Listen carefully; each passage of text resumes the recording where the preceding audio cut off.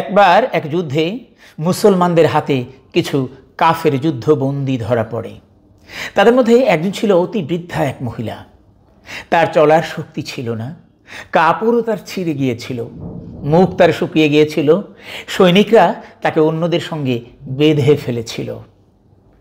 রাসূল আকরাম সাল্লাল্লাহু আলাইহি ওয়াসাল্লাম তাকে দেখে বললেন, এই বৃদ্ধার সঙ্গে তোমরা এমন আচরণ করো না। সে কারো মা হতে পারে, কারো বোনও হতে পারে।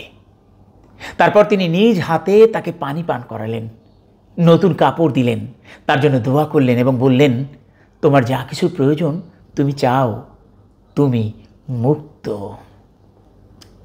এরকম ভালোবাসা, এরকম দয়ার প্রতিফলন একমাত্র সেই হৃদয়ে থাকতে পারে যিনি মানুষকে কষ্ট দিতে নয়, বরং মানুষকে উদ্ধার করতে এসেছেন।